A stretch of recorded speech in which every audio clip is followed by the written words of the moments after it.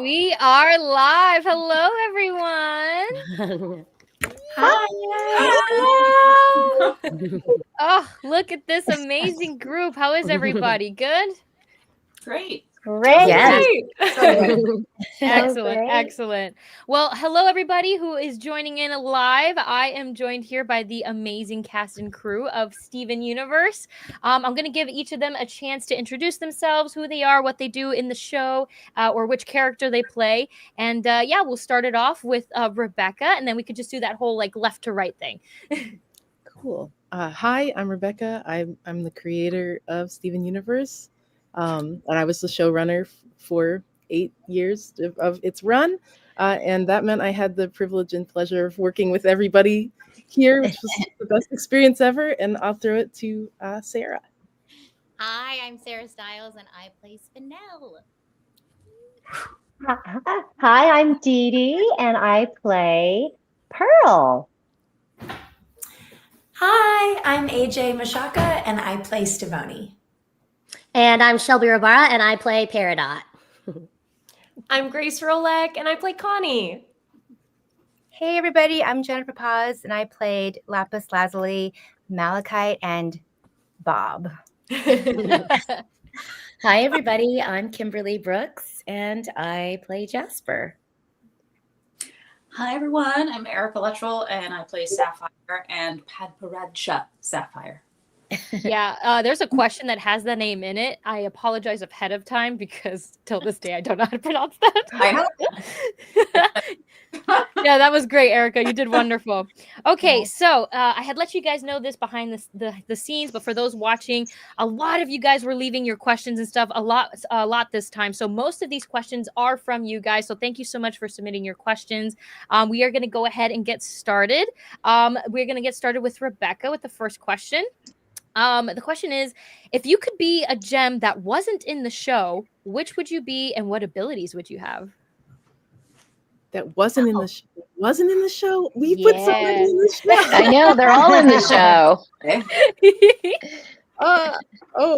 I'm like racking my brain. We used to go on this site called gemhut.com and just like scroll through the whole sort of list of gems to pick new ones. Oh my gosh. But then there's also so many gems in the show that were sort of a reflection of myself already. So this is a very, very tricky question. If you want, you can pick one from the show if you just want to go with that. Let me throw in. Personally, I really like titanium quartz. Ooh. I think it has a beautiful effect. It's like it gets to be all the colors. Okay. So I'll throw that in. And I always liked writing for the quartzes. I like the ones that are sort of soldiers that had epiphanies to not fight and settle down. So nice. I think I'd be a titanium quartz. Very cool. Oh, I like that. Okay. Next question comes from Greenie507. This was going to be for Shelby. How was voicing Peridot different from any other character you've ever played? Peridot's my favorite. Just going to say it right off the cuff. No, Peridot has so much emotional range, and it was really neat to start her off very stoic and, militant, and then to go through this journey when she, loses all her limbs, and then she becomes small little cute Peridot.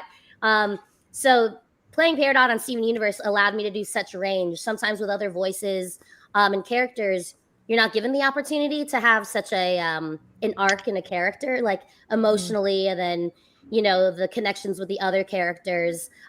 So playing Peridot was an amazing opportunity to kind of really embody a character that's just so awesome. And I think of like a little bit of all of us when we have these thoughts, but Peridot says them out loud and isn't afraid of what the repercussions are. So it was that's how it was different. I was given the opportunity to play a character from like beginning to end that had such a huge arc. And it was been my favorite. So yeah. Aw, that's so sweet. Also, you're getting a bunch of green hearts in the chat right now. It looks like everyone's getting a lot of love. Oh, it's awesome. We love Peridot. Okay, this next one is going to be for Jennifer. It comes from Brooksnook087. Which parts of Lapis did you find easy to connect with, and which, if any, did you find difficult when voicing her? Ooh. Okay, first of all, I'm just so happy to be here. It's so awesome to reconnect with everybody.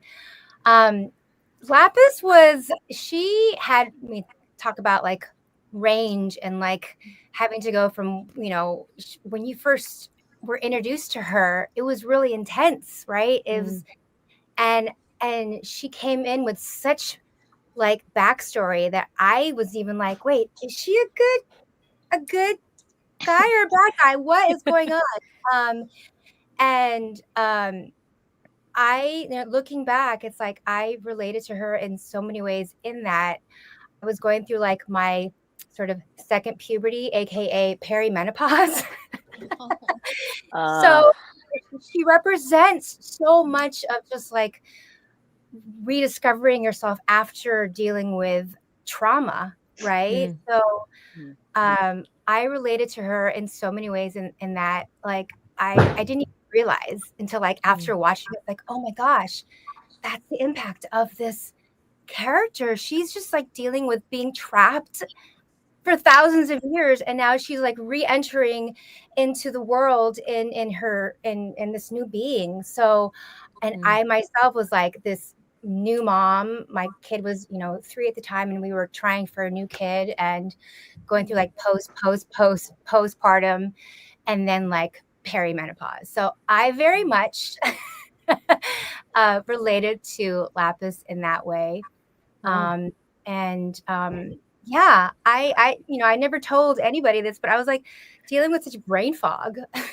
Like I look back at those records, I'm like, I don't even remember some of the stuff that we did. And then when I would watch it, I'm like, oh my gosh, that's so impactful. Like Rebecca, you guys, like you packed so much story in 11 minutes. That was just so powerful. And then I would like go on this like deep dive of like reading all of the comments and reviews. I'm like, holy crap. Yeah, this stuff is like, y'all are dealing with some real stuff in this beautiful show that was just so covered so much range. So I don't know. Did I answer the question? Yes. Yeah. I think that was a beautiful answer. Yeah. Okay. Where was I? Awesome. Okay. So this next question is going to be for Kimberly. It's from Marco Syrup. What was your favorite moment / part of voice acting for Jasper? Oh, that's a good question. There's a lot of those favorite points. I think just the surprise in where they were, well, Rebecca, where you guys were going with this character, because at first she just seemed like straight up bully. And I thought it was really cool, the arc of this character. I just loved working with everybody on the show. And also it is so awesome to be here and to be invited to be a part of this, because it's in a very empowering, impactful show. And I just know that based on the response that I get from fans or people that I talk to, if you just mention like all the things I've worked on, when I mention Steven Universe, that's when I get the response. Or people are like, oh my God, are you serious? So yeah, I think it just to show that the timing of it just, there's so many things. I know I'm not really answering exactly the question because I can't remember, because that was a while ago we recorded, but I think for me, the overall impact that it had on just people in general, young people. So I think dealing with things like gender identity and, things that are in the ether was probably my favorite part, because I felt like I was like part of a very timely, cool movement that just a lot of people were affected by. And that made me feel, I don't know, special that I could be a part of it. But I don't know. I thought she's just a fun character to voice. So overall, I just had so much fun doing it.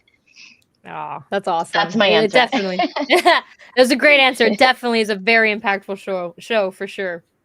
I couldn't agree more. Awesome. Okay, this next question is going to be for Grace.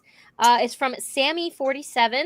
What was it like growing up with your character? Were there ever any similarities between your life and Connie's? Yes, great question. I love that you put it like that because I really do feel like I grew up alongside Connie in a lot of ways. I started working on the show, I think, when I was 15, and now I'm 27. Oh my gosh. So Wow. yeah, I mean, I was in high school. I was like, really figuring out who I am, and I feel like in a lot of ways, like the character journey of Connie mirrored my own in a lot of ways. Like I was for a long time like homeschooled, and like I wouldn't say I was like the shyest kid, but I was definitely a bookworm like Connie. Obviously, I'm like sitting here in front of my bookshelf. I feel like in a lot of ways, like Connie's journey of like finding herself, finding her voice, finding her confidence mirrored my own in a lot of ways. And it was really special to be able to have this like journey alongside her where she becomes this like badass sword fighting and it was just really amazing to be able to like have that sort of outlet and also this space to explore growing up in my acting. And now I can look back as a full-blown adult and look and see like, oh wow, like this definitely mirrors my journey in a way too. Oh, very cool. Very, very cool. Did you ever go out and learn some sword fighting? One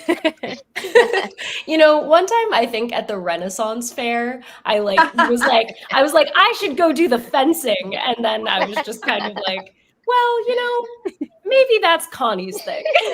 Hey, you tried it. You tried it. But, I got to be like, on guard. Yeah. That's awesome. Okay, fantastic. This next question is going to be for Sarah. And it's from Some Starlight 22.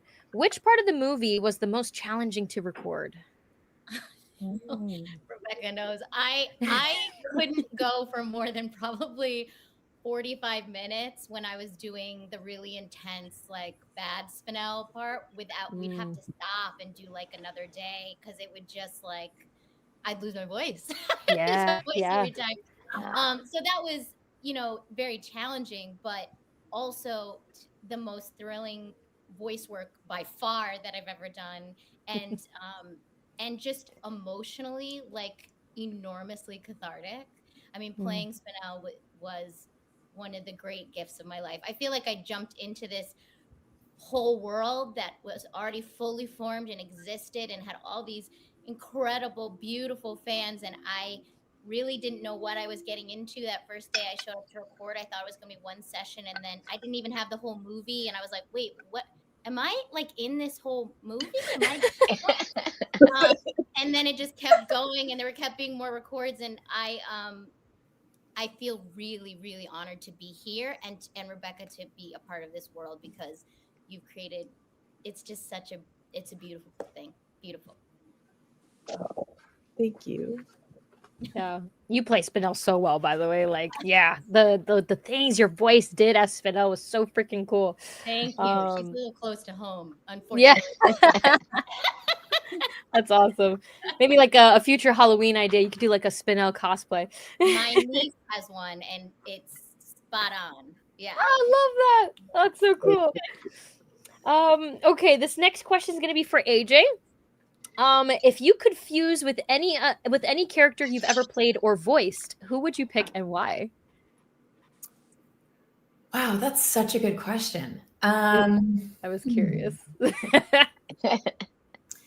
I would love to see, it's interesting. I haven't done a ton of voice work, and Steven Universe was the first cartoon I had ever worked on, which was really, really exciting. And then the other show that I got to work on not long after was She-Ra and the Princesses of Power. And I really, really love playing Catra and Stevonnie. Like, to me, the fact that those are the two cartoons I've been able to portray, it means so much to me. Like, I truly love these people, these roles.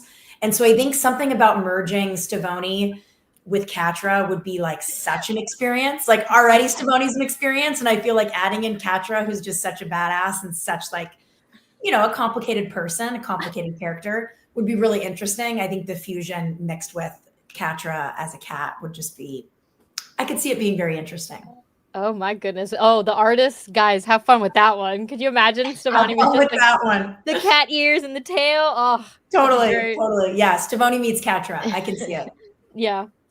What name would that be then? How do we combine the names? Stevanatra? Catroni? Catroni? Yeah. Oh, the chat's going crazy. They like that one. Yeah, I'm gonna need help workshopping that. That's great. That's a Oh good my question gosh. though. That's cute. That's a hard one. And then you would sing Cookie Cat. Yes. All right. Oh my god. That's so many worlds perfect. colliding. I love Oh my god, that. that's great. Oh, all right, that was fantastic. I could just see it now. This question is for Erica next. It's from Fluffy B03. Would you want Sapphire's future vision abilities? Why or why not? Oh gosh. Oh no. No. Nope. No. Oh gosh. Because I don't know. I like to at least. I mean, we don't know much about the mysteries of existence, right? So I prefer to believe I could influence it. If I can't go to a psychic, for instance, because it would just like worm its way into my head, and it doesn't matter what they said. I'd be like, it's going to be bad. I don't know. So, no. That was the fastest answer ever. You know what's so funny about that is on Friday, Estelle was on for the first part of this Q&A, and she was all for it. Like, she's like, oh yeah, I would want to ask Garnet like all the possibilities, and that's the power she wanted. I find that so great. I'm just like, I love that. Not give it to me. No thanks. Well, we used to we talked about a lot in the writers' room. The sort of the functionality of the future vision, and one of our big theories was that Sapphire's future vision is entirely passive. There's only one track, and it's a track where she doesn't act. But but Ruby is so impulsive that she can like fracture potential futures. So when they combine, that's when you get infinite possibilities. But that's something Sapphire can actually see on her own. It's something Garnet can see. So I think that these two different answers make total sense to me. This gave me chills. Yeah, that is so cool. That's amazing. Wow. Ooh, what lore. Wow, that's really cool. Interesting. That makes a lot of sense though. I love when you writers like you just put so much detail into that, you know, and it's just like it's so cool. The creativity. Amazing. So cool. But Erica, I completely agree. I had I had like a Bachelor X party before I got married, and my friends brought a psychic, and my brother Steven was like, "Oh, Rebecca, this is bad." I completely agree, and I totally did. I'm like, the last thing. No, don't. It's gonna be wonderful. Everything's gonna be great. That's it. Just keep that positive mentality. That's all you need. Right. Yep. Awesome. All right. This next question is for Dee Dee. It comes from Indept. Volleyball is one of my favorite episodes. How did you like voicing 4 characters in one episode? Oh my. I can't remember. Did we do all 4 in one episode? Yeah, I believe volleyball is the one with the 4 pearls, and then if I remember correctly, you guys fused in it or something. I don't remember, but I think it was the 4 different pearls put together. Oh, okay. I think when she's like a super giant. It's the 2. Yes, it's yeah. It's volleyball and Central Pearl. Right. It's always a challenge to change up the voices in one episode, like if in one sitting, in one recording. So oftentimes I'm having to ask Rebecca or whoever's in the studio, could you please play back the other characters so that I can voice match, you know, so that, and then oftentimes we'll do like one character first, and then we'll go back and then go through the other character. And so there, you know, there's some consistency, there's some continuity, but it's a good fun challenge. So I don't know if I answered the question. Yeah, no, for sure. You guys are answering these great. You guys are doing great. Don't worry. Oh no, that's cool. It does seem like a bit of a challenge to have so many. So I probably would do the same thing. That's a smart idea to play back the other one so you can kind of double check. Yeah, because that would be like it's super fun. It's always so fun, and then I always rely on Rebecca and her team, just to kind of bring me back to those moments so that I can. Nice. Yeah, I remember talking about Blue and Yellow, because with Blue Pearl, she's mousy and she's quieter, and then Yellow Pearl, I think we talked about her being almost like an old-timey secretary. Yes, yes, totally different. Yes. Yeah, and with Blue, I remember you saying something like Blue was more like Marilyn Monroe, kind of Betty Boop, that sound. But those specific directions were like so helpful in creating those voices. So very cool. Yep, really fun. That's awesome. Okay, so this is going to be our first all question. So what we can do is we can just go left to right. We all have the same screen, so it should be good. The question is, which scene had you the most emotional while recording?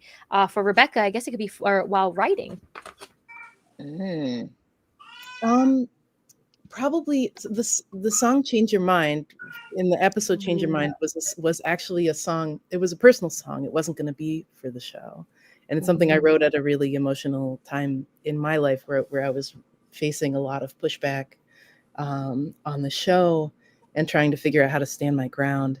I think making the decision to actually include that in the show, that was a pretty emotional choice. But I felt like because it was the conclusion I came to while I was making it, that it's something that I should include. So I think it would be that song. Oh, that's great. I'm seeing the chat right now. A lot of people are saying it changed their life. So it's really, really cool. Yeah, really neat. Okay, Sarah, how about you? I actually would say my audition for the movie was Drift Away. I had to sing Drift Away, and I sang it. I remember exactly being on my bed in my apartment, singing it into my phone, and I could not stop crying. And I had to retape it over and over again until I could finally get a clean cut. It really touched me so deeply. Sorry. My phone just started ringing. Sorry. Oh no, did we lose someone? Wait, someone went away. Who did we lose? Oh, we lost Grace. No. Grace, come back. There's Grace. I think. Grace, did you press done? Don't press the done button. Kicks you out every time. Oh, okay. Well, we'll give Grace a chance if you had anything else to add, Sarah. Poor thing. No, just I mean, recording it live also was emotional, and definitely the scene with Stephen up on the top of the murderous, weapon, and saying I just wanted a friend. That was real as well. But I would say that that audition was it's burned in my mind in a great way, emotional way. Nice. Solid answer. It's a great song. I mean, all the songs in the show. Yeah, right. Amazing. What about you, Dee Dee? I would say that when I recorded It's Over, because I was at the same time doing a musical called Tommy's, this rock musical, my voice was super raw after doing that show. And then I had to actually reschedule the recording for that song because I just felt like I wasn't going to be able to sing it the way that that Rebecca would like for me to do, to execute that emotionally and vocally. So when I did eventually go into the studio to record, I was still doing the show. So I just had, I guess it was more towards the time where I wasn't on in the week. So I think I was so worried about just vocal performance that I wasn't invested as much as I could have been. I think all the many times that I was able to sing that song again, it became way more emotional, especially after the response from so many fans and how that song had like really spoke to them in so many different ways on so many different levels. So I think now in retrospect, I'm like more emotional about the song. But yeah, it would have to be It's Over. But then there's so many other songs that I don't sing in the show that really take me to an emotional place. My all-time favorite is the one that Rebecca sings, Love Like You. That's just my all-time favorite song. And I love the way that she sang it. I just love the words of the song, and it's just, but there's so many other songs like that too. So, but that would be it. That's great. I'm just gonna pause this question. Oh, sorry. Go ahead, Rebecca. Oh, I was just gonna say your performance for It's Over is amazing, and you were amazing in Tommy. I was so lucky to get to see you in that show. Yeah, sorry. I was just going to say, I'm checking the time. I know you do have to dip, Rebecca, next. So I'm just going to put a pause on this question real quick, just to ask the next one we had for you, which is a funny one. So I'm hoping it would be a nice one to leave you off on. It comes from Domino Muffin. And the question is, what happened to Cactus Steven after running off? Oh, man. What happened to Cactus? I feel like we talked about this. We discussed it.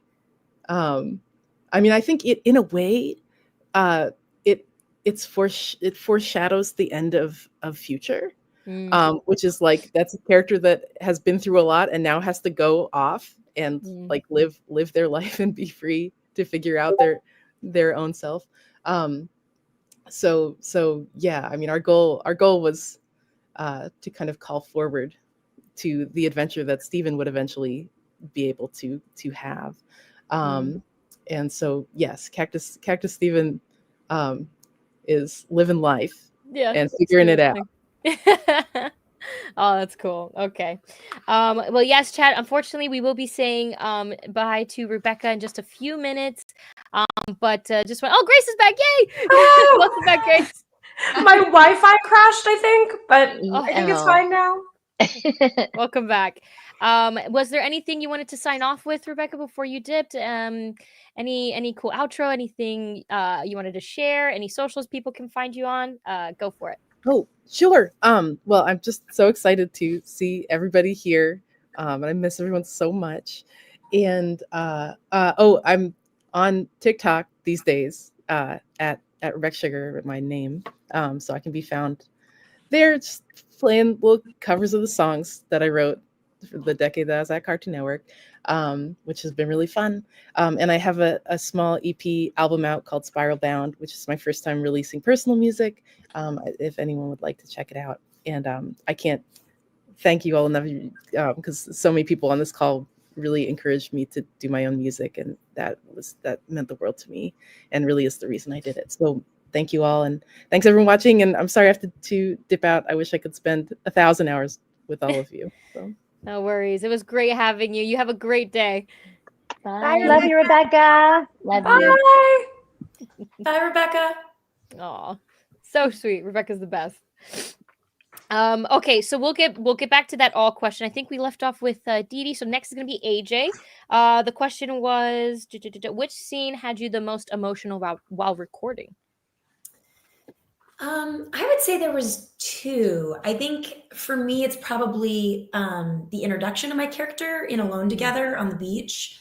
I think having that moment, realizing that they were a fusion and that they were truly an experience and that they were going to be able to live this experience out and not really know what that looked like for the day. And then let the day just fly and go, this is my life now. I'm an experience. That part actually like really got me. I say that to people now. When someone really moves me, I'll just tell them like, you're an experience, like you're a moment in time that is really precious. And I look at my nephew who's 7 months old and I literally call him an experience now because of this show. So that scene really, I don't know, there's something about that sentence that really, it made me tear up when I recorded it. I remember this specifically. And then for me, having the ability to record Here Comes a Thought with Estelle was really, really special. I think the lyrics of that song are so deep and incredible. And I think have touched a lot of people. And I think even just the ukulele itself just really brings me a lot of emotional joy. But I do think that song lyrically got me it got me teared up for sure in the booth. Like I remember being like, whoa, I need a moment to like record this without like almost crying. I'm also used to singing with my sister because we're in a band together. So I don't perform a lot on my own. So there was something really just like revitalizing and refreshing about being in a vocal booth and having that agency over the song and being like, cool, I'm doing a duet with Estelle, like not just my sister. It was really neat. That is so cool. I know, right? What first reaction? Like, oh, I get to sing with Estelle? What? I would have freaked. Yeah, that was very cool. I was really excited. Very cool. Very nice. How about you, Shelby? The most, I mean, there was so many times when we were recording, you know, we all got emotional, not only just like sad, but laughed our butts off in the recording booth, which was so amazing. And some of my like most fondest memories. And it's crazy to think it's been almost over 8 years and that happened, you know, and just to be a part of a show that you could like revisit again and watch, you know, the movie or the earlier episodes or the later episodes. And you're like right back in it as if no time has ever lapsed. It's crazy. What a phenomenon this show is. But my most emotional recording session was with Zach Callison. So shout out to Zach Callison. It was the last, it was in Steven Universe Future, my last episode. Excuse me. And it was in Dreams. That's where, yeah, thank you. Yes, I need all the blessings. All like, excuse me. You poor thing. I know. It never, to all the fans out there, wash those hands if you're around toddlers, 5-year-olds. They're just like, they're like little pills of germs. Gotta love them all. Love them all. So recording with Zach, it was really emotional because it was, you know, the scene where he's in a dream and then his eyes open up and they're just colored like the film kind of rainbow.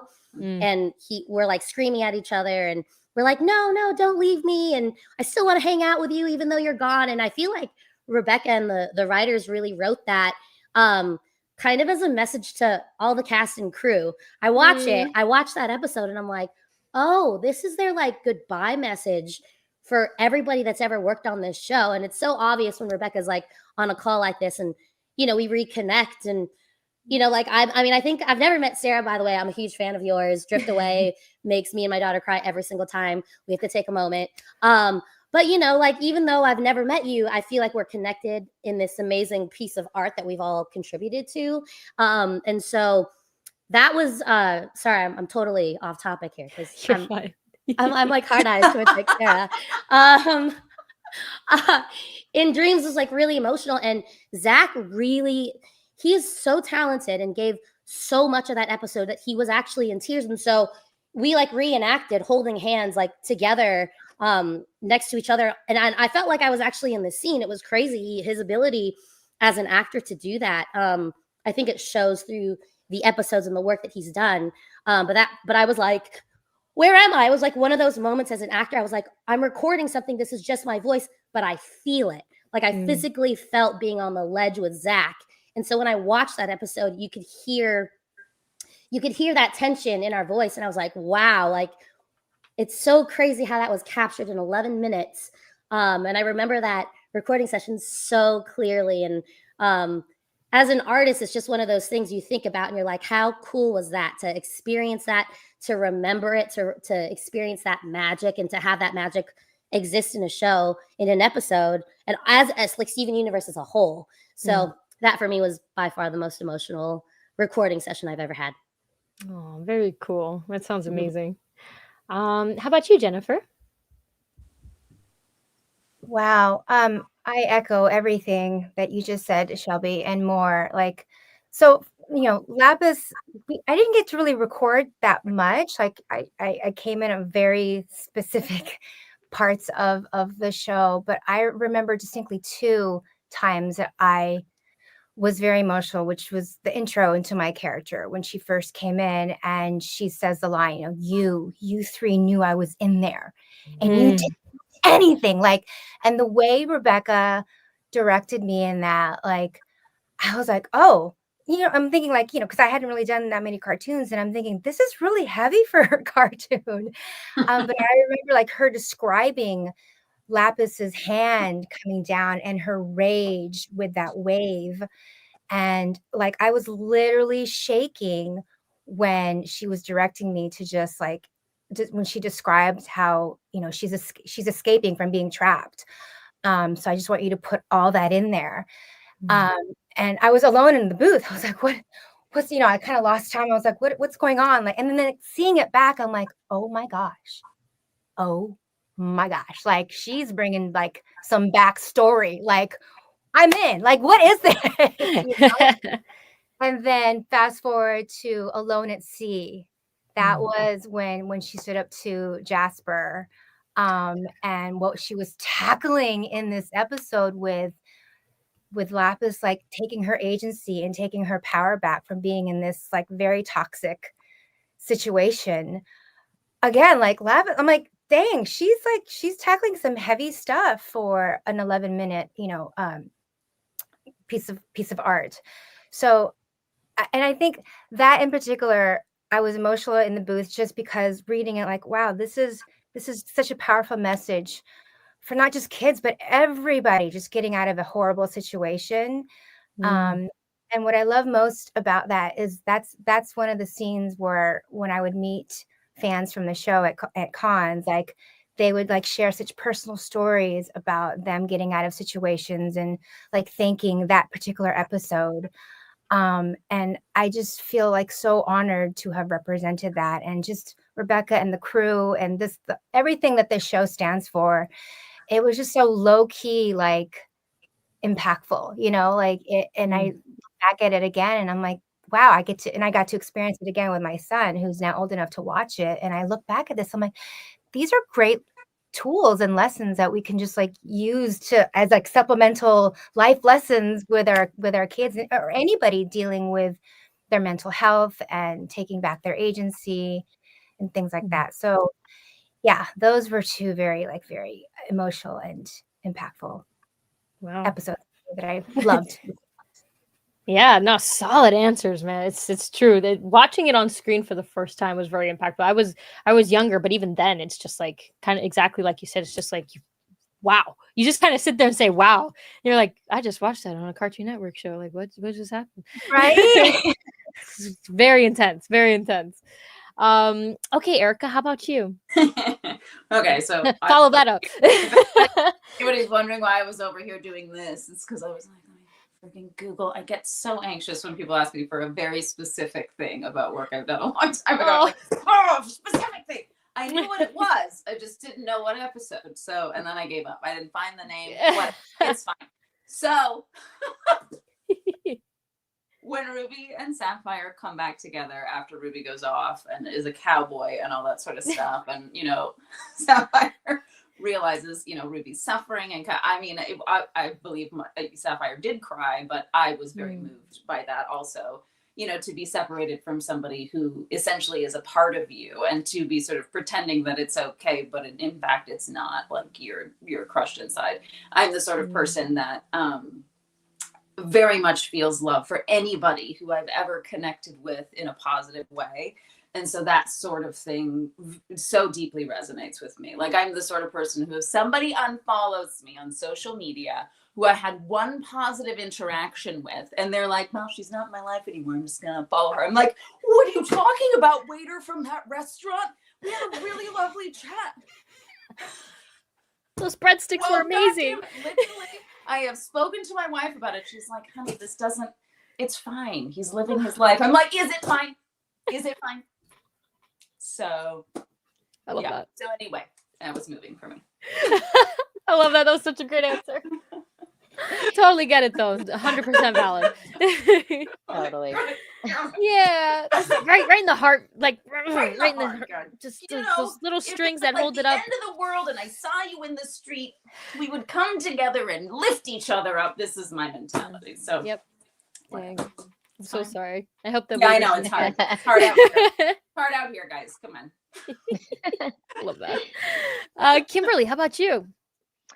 Yeah, I wish I wasn't so old and had a better memory, because that's the same thing. I'm like, I don't. All I know is I can't remember exactly when Jasper came into the show, like as far as the run of the show, but I know I feel like I stepped into this world And a lot of things that you were saying too, Jennifer, like there's so much depth to this show, and I hadn't heard of it. I didn't know anything when I got onto the show, and I just, it's Cartoon Network. I'm thinking, it's going to be a cute show and it's so deep. And Jasper being basically the abuser and bully, that was really, I didn't realize that until, once I got into the show more, and how impactful that was going to be, and how many stories I was going to hear from fans about situations that they had been in. And I know that all of my scenes seemed pretty emotional, and the emotion was anger on Jasper's part. But what's always underneath anger is pain, and what was causing this pain, and exploring that with Rebecca's great writing and just where the character went was just, I feel like it was always emotional when I went there, because I was like, why is this character so angry? What is going on with her? What does she want? What is she missing from her life? So there was kind of a lot of that, and I really wish I could remember specifics about the episodes, but I kind of feel like it was that throughout. Like all of my sessions felt like there was it was a pretty heavy duty character, as far as what she represented, and what she brought to Steven's life, to everybody's life. So yeah, it was very impactful. And I remember once I had to do record in character as a public service announcement about bullying that ran on and I was like, wow, this is like real. It's really touching people's lives, because that was happening a lot. I mean, with social media and just everything building so much during that time period, I just thought it was, very, it was just, I said this before, but timely, and it really impacted people's lives. So I was happy to be a part of that. So sorry if I couldn't answer it exactly specifically, but no, I mean, overall. I think you said it just right. I feel like Jasper was just permanently in an emotional and heightened angry state. Yeah. So it Yeah. makes sense Yeah. that the whole time you're just like, I mean, I always had to be that way. Yeah. Poor thing. Oh man. I think you answered it just fine. Thank okay, you. and then Grace, how about you? Well, like you, Erica, I also tried to Google the name of an episode, and I think that's what made my Wi-Fi crash, because I was trying to go on my phone, and I think whatever I did on my phone was too much bandwidth. We cannot. You're trying to be on a video call and you're trying to use your phone. It's too much. The audacity! How dare you? But I did find my answer before it cut out. Well, I thought of two. And the one I was trying to find the name of was the episode Full Disclosure, where Steven and Connie are having a fight with each other, and Connie is trying to repeatedly call Steven because Steven is basically ghosting her.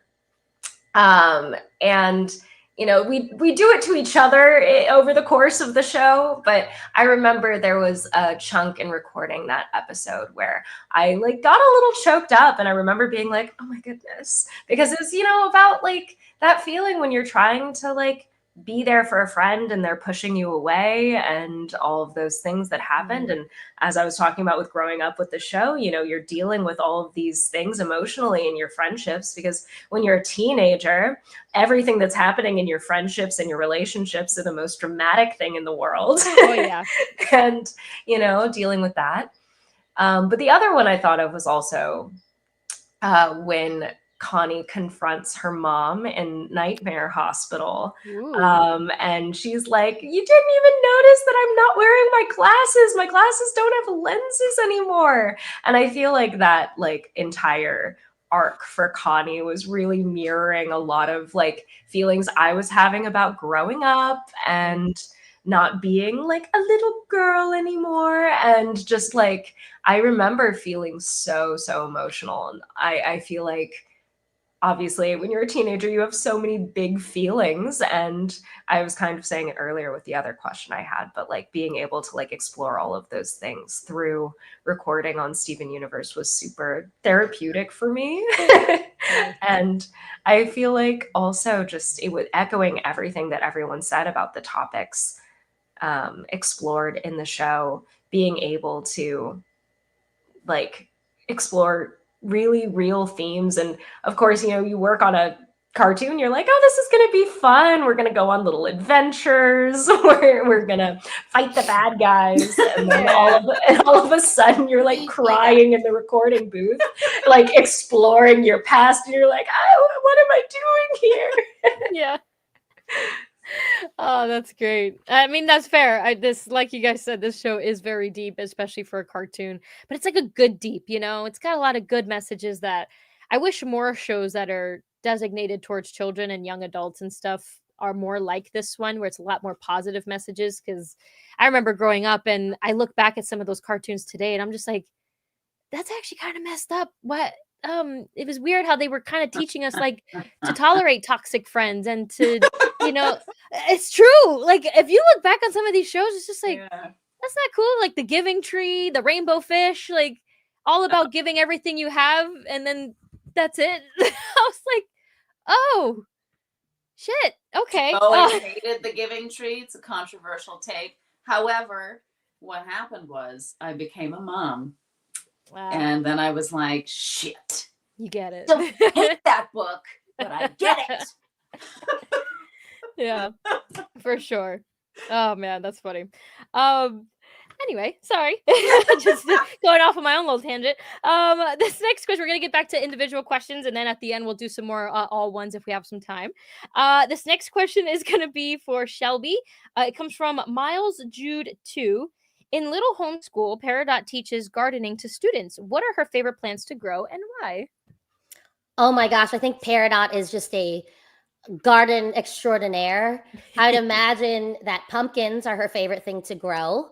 They grow on the ground. She doesn't have to like build anything special, you know. That's why pumpkins have those like spots on them, or gourds, if you will. Those like, you know, the spots that aren't so pretty, but that's how gourds grow, pumpkins on the ground. I think she's a big bean fan as well, a legume fan. Very healthy. Yeah. She likes to pick the pods off, open it up.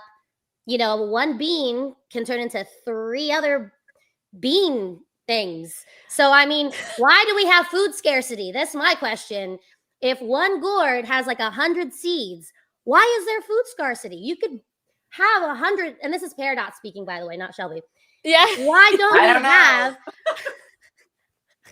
Oh wait, where am I? Shelby, we're on a stream. Fantastic. We're 47 minutes in. We're all warmed up. We're ready. Food scarcity. Let's go. Food scarcity. Okay. Let's think about it like that. If you open up a pea pod, you have 3 or 4 peas in there, and if we plant that in good soil, we could be growing our own food. And therefore, I think Peridot would be growing pumpkins and legumes. End of the question. I love this specificity. Yeah. Thank you. Thank you so much. Thank you. I love that she loves like little green beans, because like that's pretty much what she is. She's just like the cutest little green bean. Absolutely, 1000%. I love it. And you know what's funny too? Her little bots actually are like little peas. The little circle bots. Oh my gosh, you're totally onto something. No. Whoa, full circle. I think you just channeled Peridot in that moment. I think so. 1000%. That's great. Okay, awesome. This next question is for Jennifer. It is from Kai. If you could pick a different element for Lapis to manipulate, which would you pick and why? Ooh, a different element other than water? Yeah. Oh my gosh.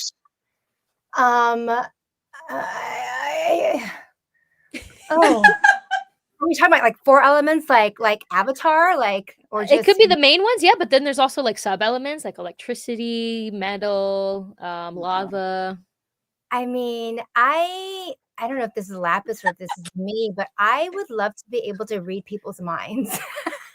I think that would be so fun. I mean, I already like ruminate in my own thoughts. Like, I don't know, that maybe that's just like self-torture, but I don't know, like that would just be so fun. Like, because, you know, people like don't say things out loud sometimes. And you're like, what do you, and I love like how when I talk to somebody, I'm like, you're not really saying what you mean. I really like, I would just love to have that power, that superpower of like, Yeah. Therapist Lapis. Yes. Oh my gosh. I think that's like the whole other thing for her is she would be a therapist probably because being being a trauma survivor, right? Like she would go into self-help. I don't know. But yeah, be a mind reader. That's great. I love that. I feel like that could be really helpful, because there's a lot of people, even in real life, that are, they act out. And it's like you said, like the anger and stuff just comes from fear and sadness and hurt. And, underneath so it's like if you could hear, you could communicate better with people. Just like, okay, come on, let's have a seat. You want a cookie? Like, let's talk it out. Right. If we could just give more hugs and cookies, I think the world would be. You're not born that way. Yeah, you're born of love and joy. Like exactly. What hurt you to get you to be angry, Jasper? Like, let's talk about it. Yes. Who hurt you? Those layers, and let's find the joy. So good. Exactly. I love that. That was a great answer. Okay, actually, this next question is for Kimberly. Perfect. It comes from the Masked Taco. Cool name. What do you think Jasper is? Yeah, right. What do you think Jasper is doing now? Do you think she does anything in Little Homeworld? What's she up to? Ooh. Mm-hmm. I think I need help with that answer. What is Jasper up to? Did she learn any lessons? Did she move forward? Maybe not. I think she valid. She needed some serious therapy. So maybe she's in therapy and doing a little self-help. I personally am in therapy and doing self-help. So I'm gonna go ahead and say, yeah, she is. I think I want to believe she's doing better and she's taking responsibility for her actions. I don't know. I like that. That's what I want to believe. See, if I was Jasper's therapist, I think I would take her to like one of those rage rooms, and then like meet her at her level, and be like, okay, we're gonna work this out where they're at. Yeah, like let's break some shit. Let's Let's talk it out. Every time you get to break something, every time you reveal something about yourself, it's a deal. That sounds. Maybe I need that even. That sounds like some good therapy right there. Honestly, I like that. I've done a rage room. Highly recommend. For those of you who are thinking about it, it's so fun. I just say, Kimberly, I love that you say that with such a beautiful smile. You know what? That's therapy for me. I would like a little rage room. It's great. They give you stuff to break, and then you depending on what package you get. Like I got one where you could bring a whole box of stuff that you just wanted to break, so you could bring stuff from home. You could buy stuff. Wow. Yeah. So I went to the dollar store and got like a bunch of glass, which is probably not a great thing to do. But what if Jasper and Lapis started like a rage room, escape room situation? Yeah. Rage room therapy. Yeah. Hey.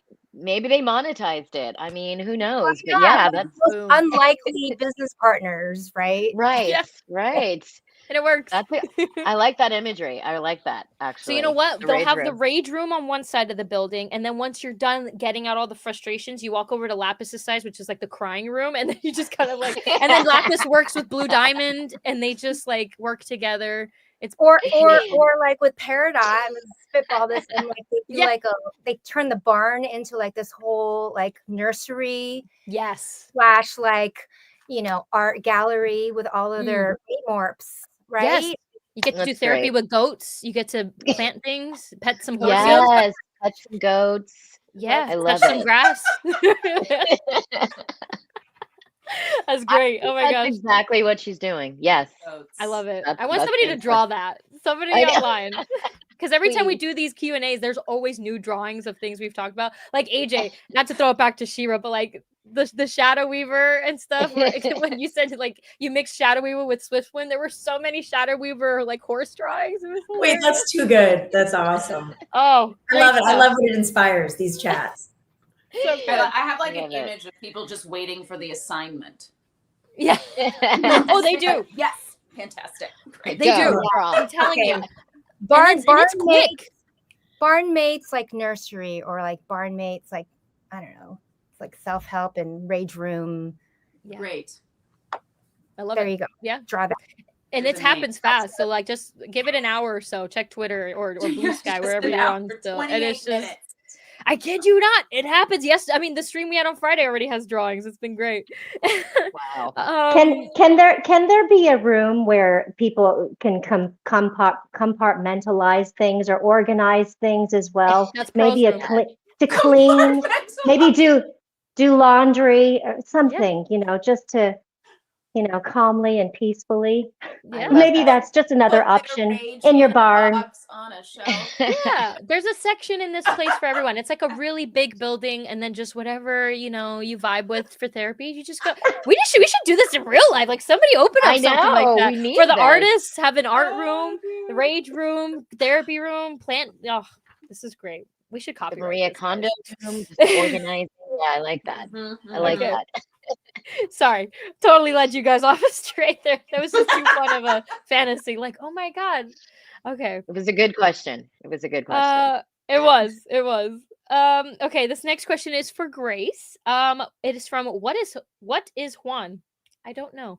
What do you think Steven and Connie are up to now since the show ended? What are they getting up to? Oh, well, I'd like to imagine that, once Connie went off to college, Steven was like coming by and visiting. And, I mean, part of that, I remember I went to college when I was like 18 and Zach actually visited me. So I imagine that we'd probably get up to some similar adventures. I remember taking him down to the cafeteria and, I mean, I went to school in a big city. I don't know about Connie. I feel like, going around, seeing the sights. I feel like Steven and Connie would probably, jump back into hanging out just as they did in Beach City and, get up to some new adventures. I'm sure that Connie would have to still make time for her classes and her studies and make sure she's still getting good grades. But, I think she would be responsible, but she'd definitely get caught up in some fun adventures for sure. Yeah. They would like fuse a stevonnie and just like wreak havoc somewhere. Totally. I love that. I peeped the chat, by the way, guys, while Grace was answering, and a handful of people are already like, I'm the Ruby Saurus Rex says, I'm literally drawing the things you've been talking about now. That quick. I love it. Okay, that's a cool answer. I can totally see that. This next question for Sarah. It's from Flowers for Daisies. What kind of hobbies do you think Spinel has taken on since the movie?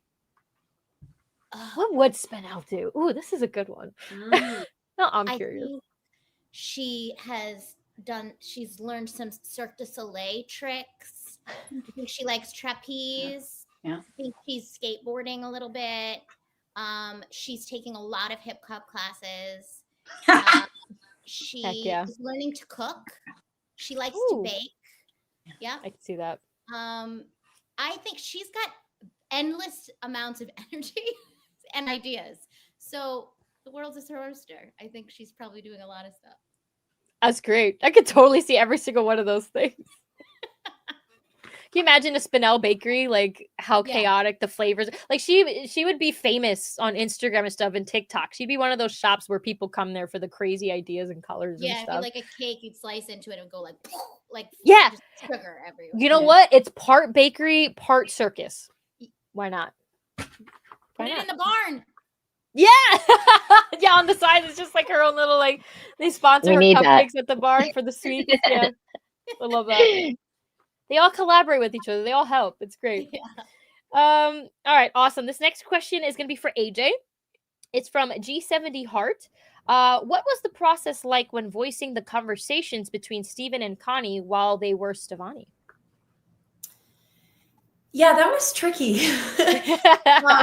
I feel like, gosh, it's so interesting. There are things that Grace does as an actor. I didn't get to work with Grace a ton, but I did get like little moments with you, and I would just immediately pick up like little things you would do that I was like, I'm going to use that for when I'm like Connie in the conversation. And then with Zach, I would think of like the Steven laugh and like certain little mannerisms that he has vocally, and try to kind of really just have a conversation between the two voices without feeling like I have to change my voice in order to voice the two of them.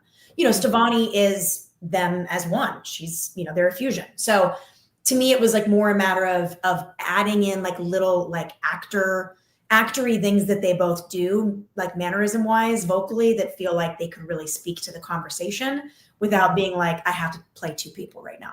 But it wasn't easy. That was actually really tricky and confusing.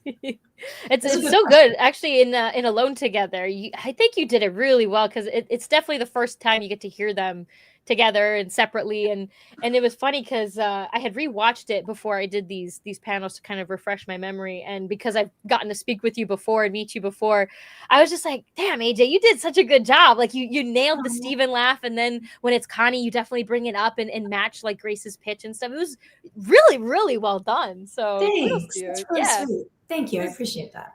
Very, very well done. It's so funny, by the way, because you got to meet my girlfriend last time. She got to that episode just before the London Con, and oh my gosh! And this moment she heard your voice as Stevonnie, she was like, "Why the fuck is Katra in this?" What? Because she had seen She-Ra first. That's awesome. I love it. And then she's just like, "Oh my god, I just hear Katra. It's just Katra." Every line you would have, especially like in the donut shop, she's just like. Totally. Oh, it was great. It was great. That's it was really great watching cute. her reaction. That's really cute. Tell her hi. Tell her hi for me. Yes, for sure. But she says the same thing. You did both voices, in the conversation thing well. It was cool. Thank you. That's really kind. Thank you. Yeah, for sure. Awesome. This next question is going to be for Erica. It's from Natchet. And it is, what is fun? Was it fun playing two different kinds of Sapphire? And was it hard to go from Sapphire to the really long name one take it away. Yeah, also, you do it so well. I just want to point out, you guys, I see that you're all on mute, and it's just like me over here interjecting and laughing loudly. I'm like, can you get off of me? All right. Anyway, I love it. So I'll laugh. Thank you. My phone's ringing and everything's too loud. Your laugh is infectious, Erica. It's great. I was practicing parallelogram. Good. Yep. Everyone's succeeding here. Even AJ's trying. Particular. It's great. Say that 5 times fast. Oh man. No. Was it okay? What was it like? And was it difficult? So it was it fun playing two different kinds of Sapphire? And was it hard to go from Sapphire to the pterodactyl? Pterodactyl. No, it wasn't hard. I will answer that portion of the question first, because they were often in different episodes, or definitely different sequences and scenes, and so it was very much like I was embodying. Like I didn't have to like do what you did, AJ, and like have conversations between. No, so that wasn't difficult. Gosh darn it, what was the first part of the question? Was it fun playing two different kinds of Sapphire? Was it fun? Yes, it was fun. I was jazzed to actually have that opportunity to play, and like Peridot is like so different, and really cute. Yeah, that's fair. Which isn't to say that Sapphire isn't cute. Well, I wouldn't. Sapphire's elegant. Yeah, she's very regal. She's very classy and just has her shit together. I don't know how, but she does. Yeah, and I don't know what I am exactly. So, it was nice to be able to be the sort of quirkier kind of, I see things, maybe I don't see things. Like I'm a little sort of that way also. But I also am very, Sapphire, as far as like I'm constantly deep thinking. My wife's like, stop, I don't want to talk about these things. No, talk to your friends, it's too much. And I'm like, but the nature of the universe. Yeah, let's get philosophical, babe. Let's go. Let's have a glass of wine and just talk about atoms. I have about an hour's worth of material in here. Just let me get it in. So it was so both of them were aspects of me that was very sort of comfortable and delightful to live in. I love that. That's cool. Definitely sounds fun. That's awesome. Okay, cool. This is going to be the last singular question, and then we'll finish with 2 all questions if we have the time. This one's going to be for Dee Dee. The question comes from Bella. That's my dog's name. If Pearl could say one thing to Rose about how Steven turned out, what do you think she'd say? Ooh, that might make me tear up. Oh, yeah. Same. Not to trigger all the moms in this chat. I'm so sorry. Yeah. you would be so proud. You would be so proud. You would be so proud of him. Yeah, I think that would just be it. Darn it. Yes. I think we're all just sobbing at that. Somebody clip that and like do an animatic of Pearl. Just like Yeah. oh, Yeah. Oh. Jesus. Yeah. Okay. And he is loved. Yeah. He is loved. He is loved. Oh no. Yeah, I know, like we're all just like Guys, I have 2 little boy people, so this is. I think we all have like a little something that we adore in our lives, right? Like if it's not oh hi mom. Oh, my mom says we're having too much fun. Mom, oh look, they're saying hi. Now that we were just talking about moms. Hi. She's hiding. She has her hair up and stuff. She's like, no. Oh, that was perfectly timed actually. Yeah, I was gonna say though, I think we all have like a little one that we adore. If it's not a nephew or a child or a pet, just she says bye. Just okay, mom. She's like screaming from the other room. Parents, you gotta love moms. Moms are the actual superheroes, right? Thank you. Absolutely. I don't know how you guys do it. I'm just a mother of a fur baby. I can't even imagine an actual baby. You guys are amazing. And one of my phone look downs was my wife being like, our 9-month-old just took a couple steps. Congratulations. Thanks. Wow. Also, we're in for it because he's really young for that. Yeah, 9 months. Time, 9 like months. just now for the first Just time. right now during this. I was like, oh, This is huge. exclamation mark. I know. Oh my god! Wow. Oh my god! Congratulations! Yes! Oh, Congratulations. oh, that is so sweet. That's sweet. Oh, you got to go celebrate after this for sure. All right, we'll try and get Yes. through these next 2 quickly, so you can just go and hug that adorable bundle of joy. All right, that was great, Dee Dee. By the way, you made us all cry. Nice. All right, this is an all question. It's from Pulpy Pal 953. Which gem character's powers would you most want in real life? And then we'll just go left to right. So we'll start with Sarah. I have no idea. In real life, what would I want? Yeah, which power would you want? Which gem's power?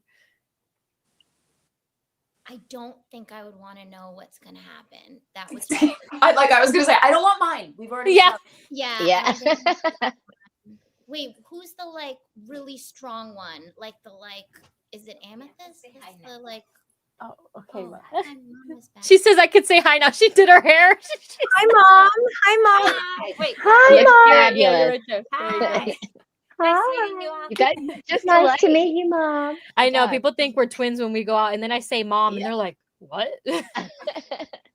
Wow, funny. that's great. You got good genes.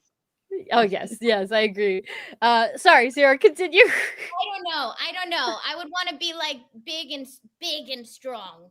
Which Yeah, one was that? Jasper maybe. Jasper, probably Jasper. Jasper's pretty strong. Strength, pure But I strength. would be nice. Yeah, Yeah. good. You would nice use your strength. strength for good. Yes. Yes. I could see you being like a Scorpia from She-Ra. Not to just bring it back, but she's an excellent example of that because she's big and strong, got like huge muscles, but she's literally a cupcake. It's adorable. Love that. Awesome. Okay, how about you, Dee Dee? What powers do you want? I think as a mom, I think I would probably want the power of like healing power. Oh, You know? Yeah, That's a good one. that's what it would be. Yeah. that is a good one. For the slightest second, I thought you were going to say Spinel because then your arms could just extend everywhere you would need them. Not gonna lie, that's where my mind went. Right. If we could be. Healing was better. How about you, AJ? That's so hard. I think for me, I would have to say, I think I'd want Lapis. I think I'd want the Lapis power, the manipulation of water. I don't know. There's something that would be so interesting if there was like a massive storm, or you could like move an entire tsunami away from like a town of people, like just like to save a certain town through water manipulation would I think be like the way I'd want to do it. I don't know. That's the first thing that comes to mind is manipulate water. Oh, no, that's great. Can you have that power and then just come here to Florida for the months of, Yes. July to now? Yes. I was going to specifically suggest Florida should be where I do this. Thank you, please, because I live in Florida and my God. Not kidding. It's been fun. Yeah, I've been debating about getting a canoe. Okay. Shelby, what about you? I would want to see. I would want to have future vision so that I could prepare for what is in the future. I wish right now I had future vision, or I wish I had future vision a week and a half ago. Yeah. So that I would know that we would be in this time right now. So future vision. Solid. Kind of. Solid answer. I don't mean to change the topic, but that drink that you just got, what was that? That looked so cool. Sorry, AJ. I think my ADHD got triggered. I saw a really cool. No, it's okay. It's just matcha, but it looks really pretty because it's got milk, so it's all like creamy and green and looks kind of futuristic and weird. But yeah, it's really good. I was like, oh, shiny. Okay, sorry. Jennifer, what powers would you like? I'm like remembering this visual of like Steven healing Lapis with his spit. Remember when he was like, I would love that power. Just like the healing power of, hey, my son has a fever right now. Just like lick my hand and put this on his forehead and he no longer has his fever. Just give him a little kiss on the forehead, just like, and it's all better. It's specifically his spit because it's like so gross. Jennifer's like, no, I want the healing power of spit. Like I have a pimple, there it is, done. I have a cut, solid. Boom. I got into a car accident and my hip hurt. There, I'm good. That's great. I love that. The healing power of spit. No, it's great. I love that. Well, Erica, we know what you don't want. So what would you like? I'm over here giving this some very serious thought. Okay, so I would want to be very, very strong. So maybe a Jasper vibe, but also impervious. I don't know if there's anybody who has that going on. And so I'm like, I know, whatever. You didn't say I couldn't. I'm many. And then I'd also like to jump back like a second or two in time and fix any misses I may have had. Okay. That's a good one. I would like to be able to shield those I love, those who need it. And then if for some reason something made it through, I could just go, boop, just let me get back. I got you. No, that kind of thing. That's great. Wow. That's a good one. Right? Yeah. You guys all were so selfless and thinking of like helping other people. I was just like, what do I want? What power do I want selfishly? I don't know if any of these characters have the power of invisibility. Is that a thing? Because I don't know why. I'm kind of a voyeur. I kind of like to just watch things and not be noticed. I don't like being noticed. So you know what? You could have amethyst power and shapeshift into a fly and just the actual fly on the wall. That's it. That's it. Not necessarily a fly, but maybe because they're gross. But something else where I would love shapeshifting. I think that would be amazing. That would be amazing. That's what I was gonna say. I was gonna say, we're on the same page over here. This entire time I've been like amethyst, just be whatever I want on any given time. Shapeshift into someone else. Chaos will ensue. As much as I respect the healing ability choices. Those are all very very noble indeed. But I'm like, whoa! I could be a cat. I could be a fly on the wall. I could turn into my just someone else and be like, hey, what do you think of Grace? And get some, and then you bring the mind reading aspect in. You can do some spying. So. Anybody you ever have a crush on, like shapeshift into the best friend, get some info. Right, exactly. Get that intel. But I love all that. My brain just went back to high school because I always would fantasize about something like, man, if only I could just get in with the friend group. You always aimed for the friend to get info on like the person you were crushing on. Right. Oh, those are great. Awesome. Okay, so this is going to be our last question. It is going to be for everyone as well, so we'll do the same thing. I just thought it was a fun question, and I'm really curious to see what you guys say. It comes from How Tama Love, and the question is, what animal does your character remind you of, and why? Yeah, Sarah. We'll give everybody a little bit. So do some thinky thunks. I hate being first, y'all. I gotta be first. What animal? She's bouncy. And she's definitely not a sea thing. She's a land animal. And she's not flying. She's very stretchy. She's kind of puppy-like. Yeah. I see that. Or like bunny-like, but longer. Very hard question. Just a long, stretchy bunny. Dee. Yeah, I don't know exactly when this happened, but somebody associated Pearl with a bird because of her beak-like nose. So for a long time, I've sort of adopted the loving term bird mom, or the loving, word. And so I became like, I thought, what kind of bird then would Pearl be? Or what kind of, bird?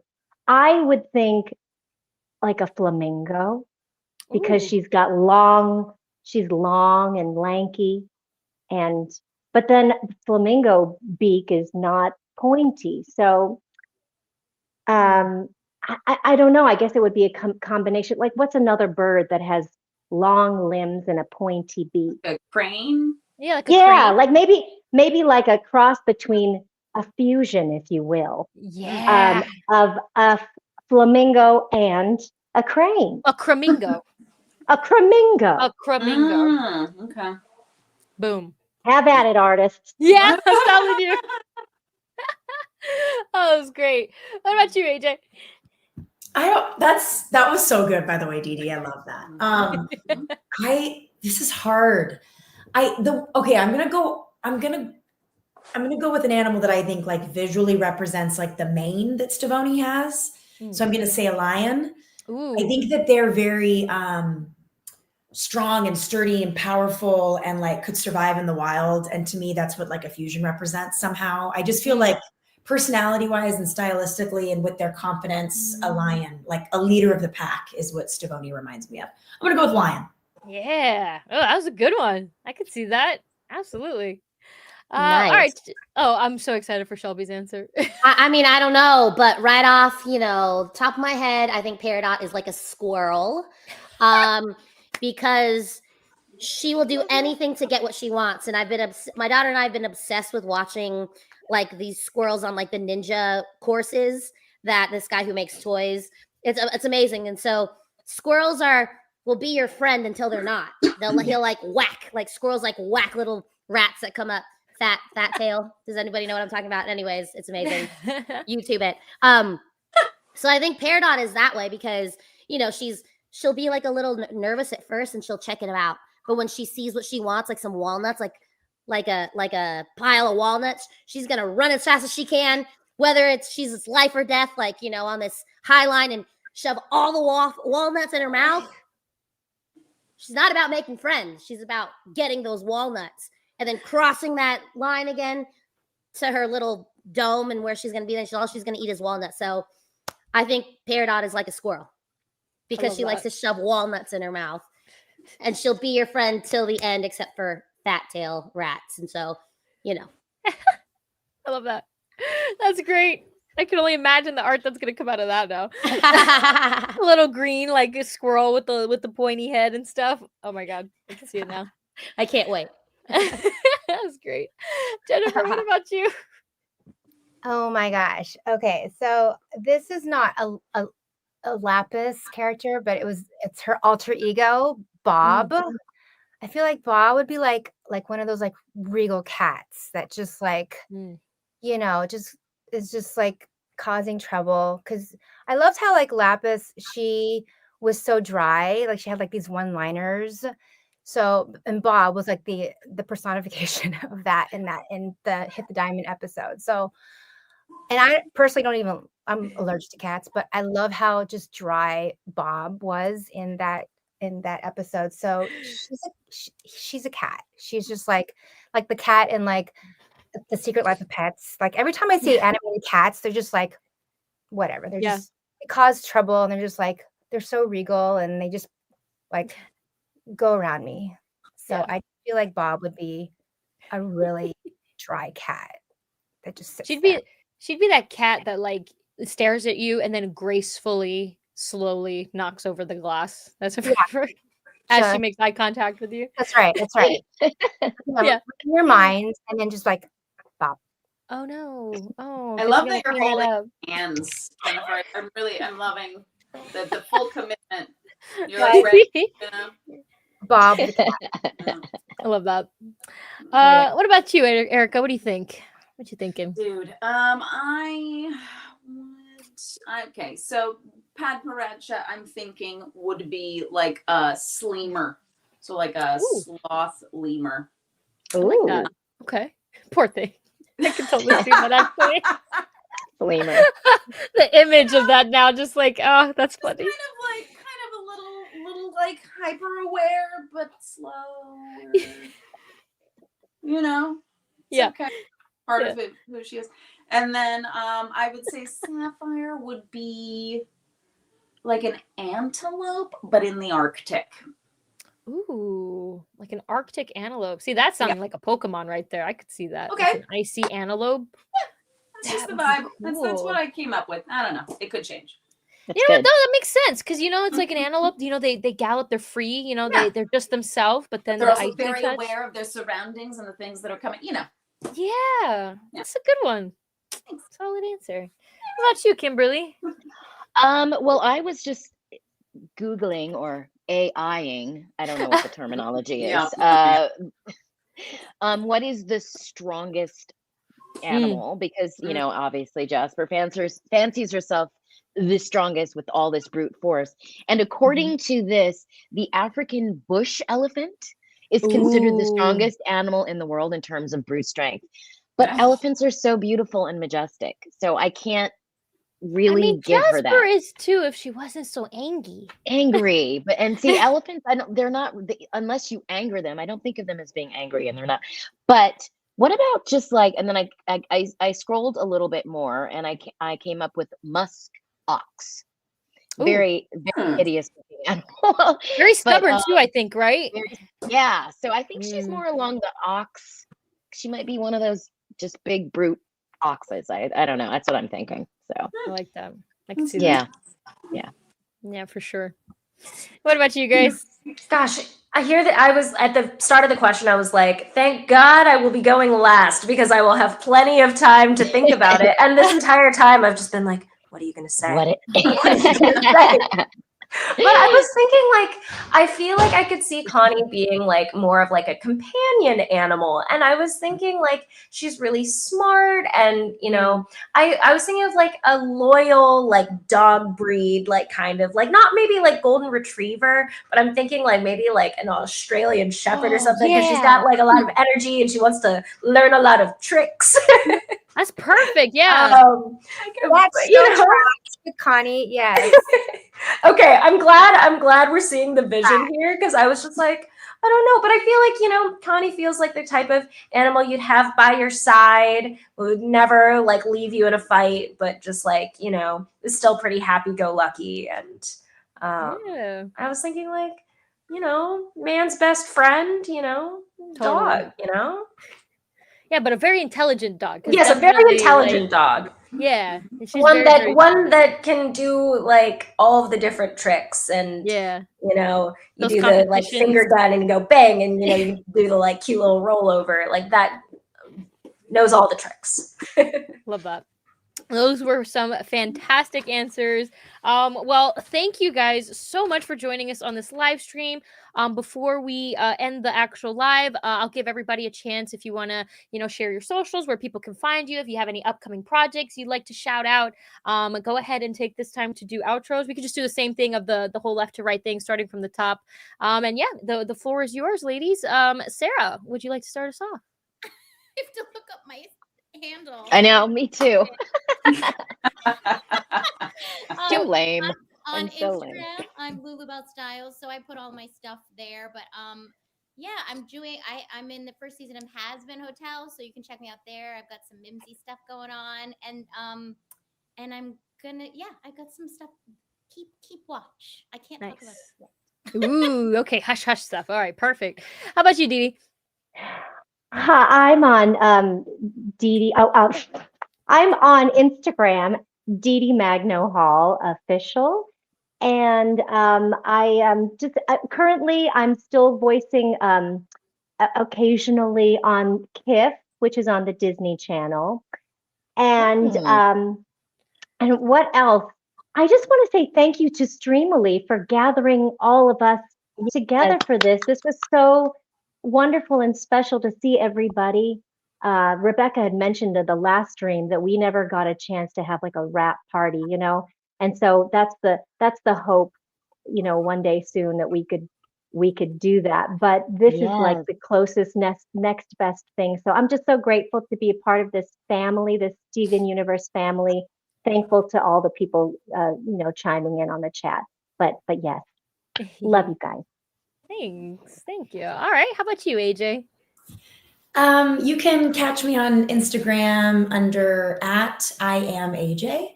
And then right now, just in terms of what's in the works, I'm about to release a new album with my sister. So if anyone wants to stream our latest single, you can go to allieandaj.com. And we're going to release tour dates for 2025. So mainly kind of in music land right now. Very excited about this upcoming record. But yeah, super grateful to Streamily and the Steven Universe family. This has been so special and so sweet to be a part of. And I'm really blessed to be part of this show. So this is awesome. Thanks for having us. Yeah, thank you guys. How about you, Shelby? You can find me on Instagram at Shelby Rabara. And my husband and we wrote a children's book called Marty Danced to Dance. And we're really excited about it. Thank you. You could, if you'd like, there's a little Filipino dancing Lola in here she's my favorite.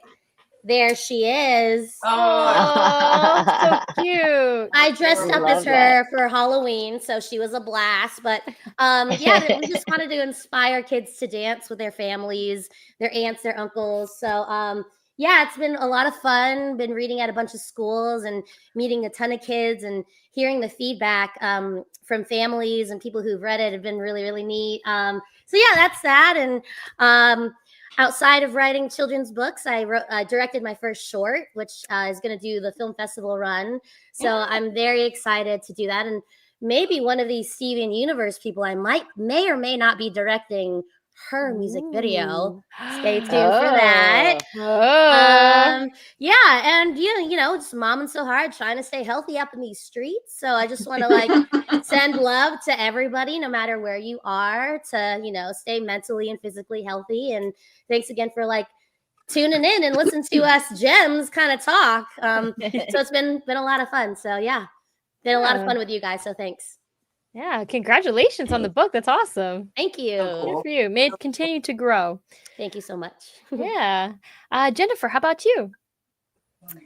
Also just want to echo, thank you so much for bringing us together. This has been an awesome reunion. I've never met you, Sarah. So it's nice to have some FaceTime with you. So awesome to see everybody. But I've been working on some projects. There's a few that I can't talk about, but I did some voiceover for a game that I can't talk about. My husband and I actually have been developing a musical that we can't talk about. We just did a festival over in New York, which was a huge milestone. It was the National Alliance for Musical Theater, which is a wonderful organization that has developed or helped in the development of musicals in their early stages. So we just did that in New York, and some fun things are coming out from there. And just, yeah, mommying. The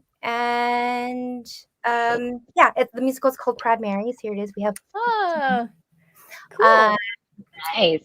And just working behind the scenes with some projects. Been writing and producing. And can't talk about it, but and hopefully I can soon. So yeah, all good things. All good things. Yeah, all good things. Awesome. Basically, the second they come out is yeah. That's it. That's just how it goes. How about you? Yeah. You can find me at Shukrani, which is my middle name. It's phonetic. It's SHUKRANI. And as in Nancy, that is not the correct way to. Anyway, so I love Shelby. You're like nodding, like she can do it. She will get it out. Come on. And then on Instagram, and then also on I can't even name the place. I may be deleting that account because don't like it over there. I don't even go over there really, but I don't want anyone impersonating me. So if I delete it was only ever at Shukrani. That's it. I don't exist otherwise. So that, and then there are things that I Blue Sky's where to go. That's video, the new. Go to Instagram. And there's stuff that, you can't talk about. They make us sign NDAs for like everything these days. So it's just, whatever. There's some things that I've appeared on before that I will appear on again. So, watch for those things. And then there are some things that haven't come out yet that will come out, so that. Okay, cool. All good things. Sounds awesome. I also had to look myself up, but I am on the Instagram. And it's Kimberly Brooks 11, the number 11, just randomly because I love the number 11. And I also, just as a general rule, I don't talk about stuff because I never know where we are in the process of, we're all working a lot and doing all our stuff. But I can say that I am in this new Arcane that just came out on Netflix, which is really popular. I'm understanding is very popular. With people, so that's cool. And and I was in Wait, who do you play in Arcane? Hold on, who do you play in Arcane? Okay, see that I have to look up on IMDb. No, I'm just oh my god. Yeah, because I really do.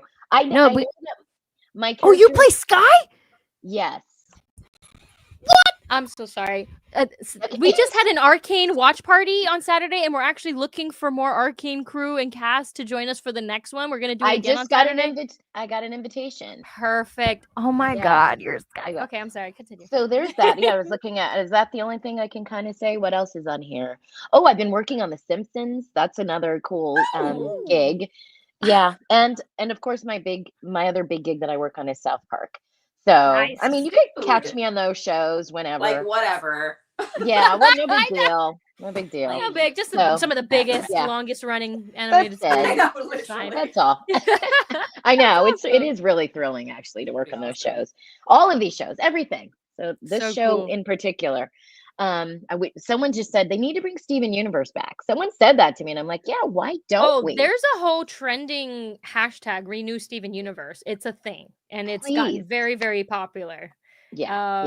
So there's I'm in that for it. Yeah, I'm there's voting still the audience.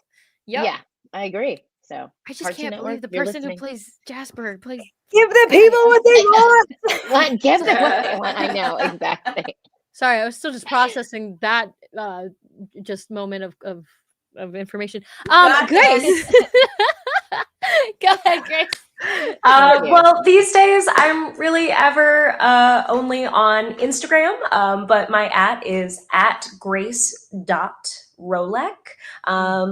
I most recently worked on a pretty fun game called Clone Drone in the Hyperdome. You can hear me as Kata. Good name. That'll be coming out, I want to say before the end of the year, but don't quote me on that. And these days, I've been playing some more music. I've been playing bass in a band called Snarling, which has been really fun. We have some music on Spotify. I just play bass, and that's been really fun. But yeah, I post fairly infrequently on Instagram, but whenever I have cool updates, I do try to share them there. Nice. Whenever you do post, it's an awesome post. Thank you. Thank you. All right. Awesome. Quality, not quantity. That's right. That's right.